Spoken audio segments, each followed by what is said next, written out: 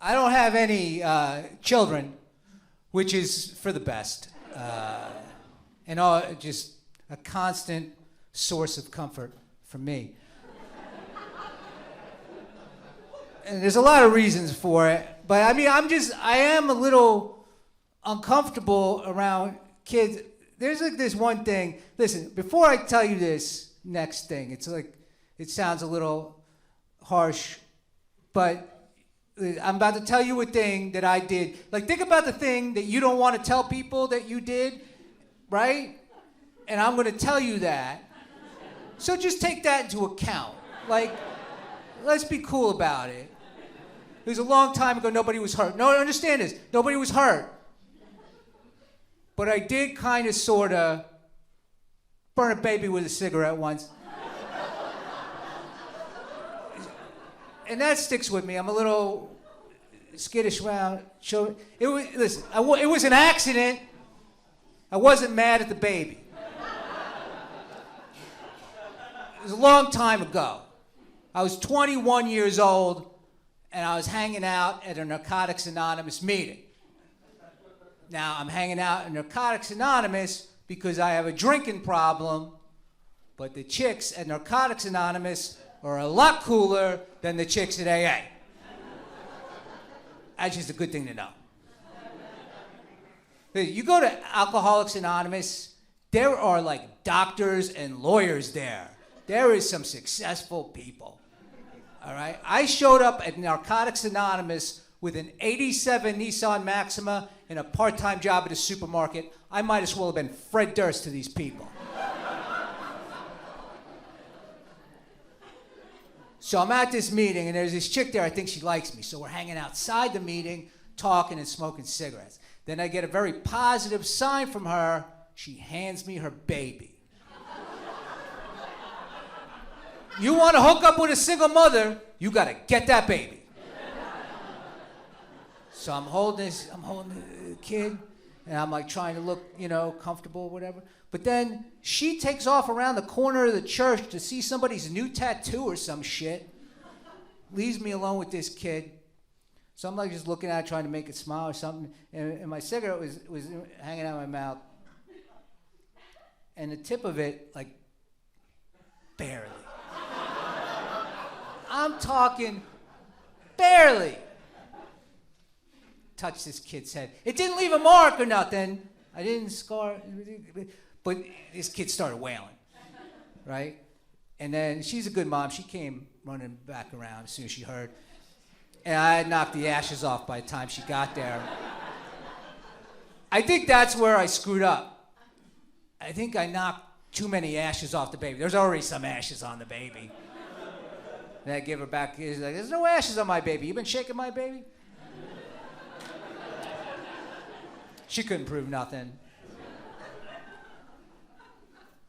Never hooked up with her. Mother's intuition, I guess. And like, I don't feel good that happened. I feel bad about it. I think about it. My ears heat up when I think about it. But I think it's kind of a good lesson for a baby.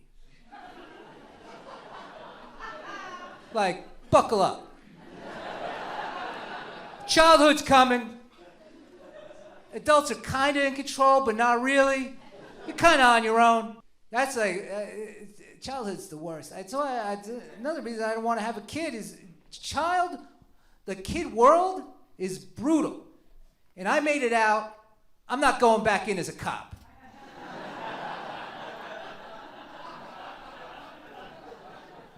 It's the worst part of life, and everybody tries to tell me that it wasn't. Adults would love to tell me, like, oh, you should be so happy you're a kid. I was like, why don't you go fuck yourself? This is the worst. And I was right, it was the worst. Adulthood's so much better. I don't know why dads were so angry when I was a kid. They were so angry. I mean, I don't know when dads getting inspired by their children, like, started, like, a few years ago, I think.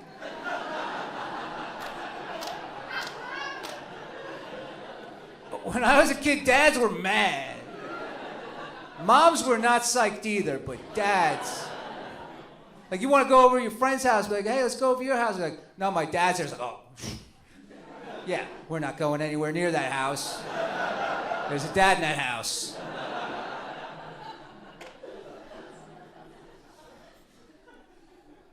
But I don't even understand, because it's like, as an adult, I've had a bunch of different jobs, none of them as bullshit as third grade. I never had a job where my boss just stared at me all day. All day just talking at me. Write this down, write everything down, all day long. I look out the window, over here.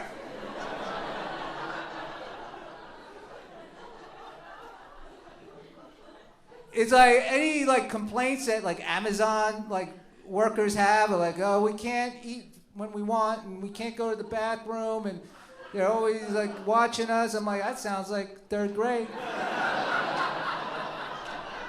I think you both need a union. I also never had a job where after the day was over, my coworkers chased me out of the building and beat the shit out of me.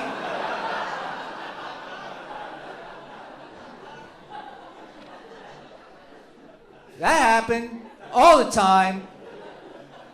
Dude, in 5th grade, there was a group of kids, they like to beat me up. And usually when there's a group of kids like that, there's one head bully. But in this case, the head bully was a pair of identical twins. I'm like, what am I, in a fucking movie? It's it's biblical. I don't know if there's twins in the Bible, but if they are, they're in the Old Testament and they're bad. Is one day, I knew it was my turn. It doesn't matter why. I just knew it. And I was walking home. I tried to go a different way, but they knew. And I look up the street, and they're just lined up shoulder to shoulder. They got to make it dramatic, you know. This is why I hate it. I hate a group. I hate every group. I don't like to be on a group text. I always mute them. My family text, I mute that. Too many people. I don't like to go out more than 1, 2 other people at the most. You go to a Brazilian steakhouse with a group of dudes. Someone's always performing for the rest of the fucking. Even walking down the street with more than one other person, everybody's got to go shoulder to shoulder like Reservoir Dogs, you know? Let's make it everybody else's problem that we're out. No, we're friends. We need to have 3 different conversations side by side. They're lined up like that. These fucking. They come running down. I was a chubby kid, you know, so I couldn't run. I tried to run. I didn't know in through the nose, out through the mouth, so I just side stitch every time. So they catch me right away. And they're beating me up. And I don't know if you've ever been beat up by a group of kids, but it's very disorienting, you know. It's just coming from all sides. It's like rolling down a hill that's angry at you. And they were singing "Eye of the Tiger." But, still love that song. They couldn't ruin that song for me. I heard it later that day. I felt good. But after they got singing "Eye of the Tiger," I was like, adults give these fucking horrible advice about stand up to your bullies. They're cowards. You know, I've never met one of these coward bullies in my life. I mean, they're victims of domestic abuse. We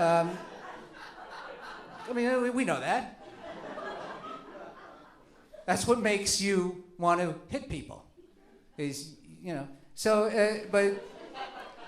at the time, I'll stand up to these kids. I say, hey, does it make you feel tough? A bunch of you just beating me up like that? And they're like, yeah, we feel great power.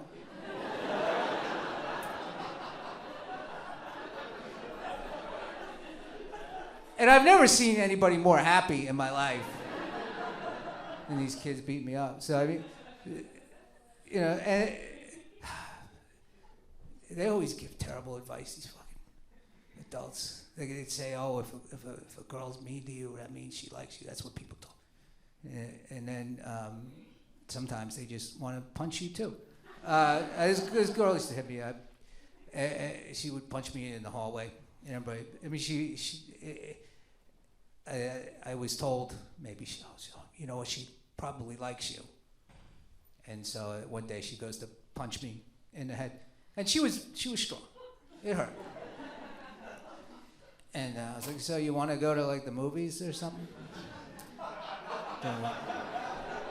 And then she just never talked to me again.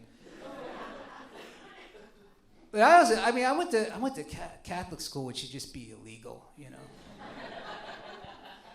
No, there's like at like best, Catholic school is awful. Like it's bad.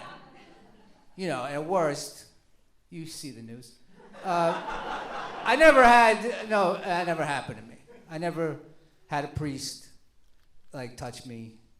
But I knew, because I had an older brother, and they were always trying to get him to go camping. So I knew, watch out. He did go camping with him and his friend. My brother went camping with this guy, Father Ralph. I'm like, Father first name? I don't know what my parents are thinking. Father first name, you get away from Father first name. Whatever happened with Father first name, not my story to tell. Although I just did, sort of. My brother says nothing. I did end up in a priest's bedroom once, but I knew better than I was an altar boy, because I wanted to be up on the stage. I always wanted to be up on the stage. Want to ring that bell. Oh, a little kid, just one day I want to ring that bell. It was everything I thought it would be.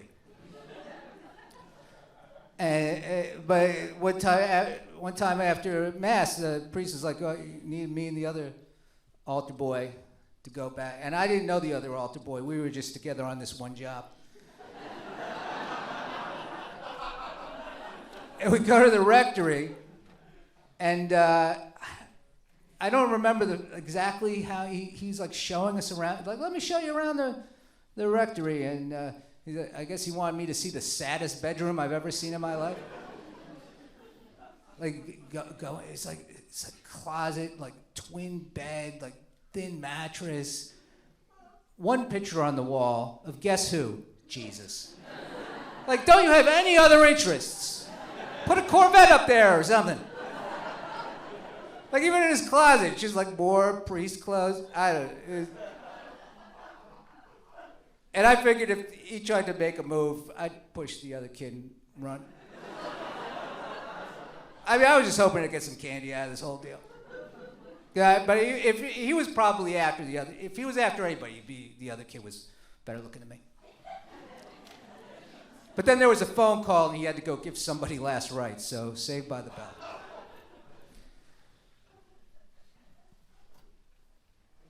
Now, the thing is about these kids beating up other kids, you know, is that they try to say that it builds character and stuff, which is a lie spread by corporations in order to prop up the prison industrial complex.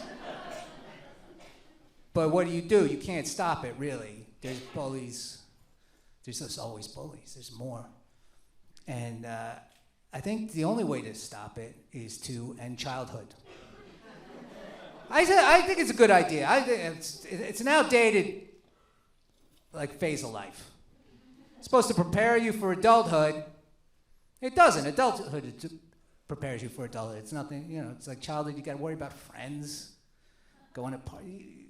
Adulthood, you just go home, watch TV. You know, it's very simple.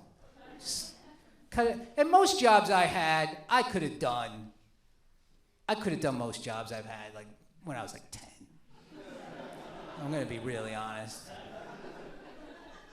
I didn't need, even like with my accounting degree, I was like, I could have done most of it. I could put numbers into Excel when I was 10. I could have lived like a 23-year-old, like studio apartment, job at a call center.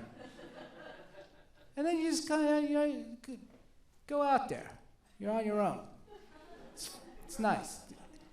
And, well, pedophilia, that's done. No one wants to fuck a kid with a job.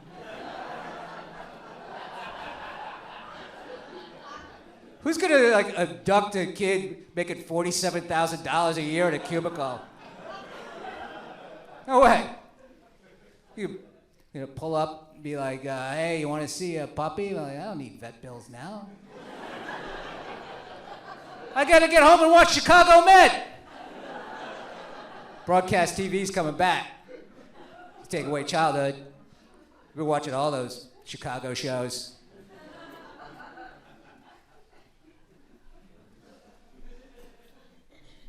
Another great thing about going straight to adulthood is if you're bad at a job, you get fired. You don't have to do it anymore. It's great. Happened to me. Thing about being in school, you're bad at 7th grade, you get more 7th grade. That also happened to me. Made me do it twice. Said I wasn't good the first time. We're done here. All I had to do to get through 7th grade was claim I read a book, make a diorama. 8th grade. Didn't do it. 7th grade was the year I discovered both weed and masturbation. I uncovered the keys of life at the age of 12, and you want me to recreate a scene from Rumblefish inside a shoebox? No. I am very busy. I will be in the woods. I love all of you. Thank you so much.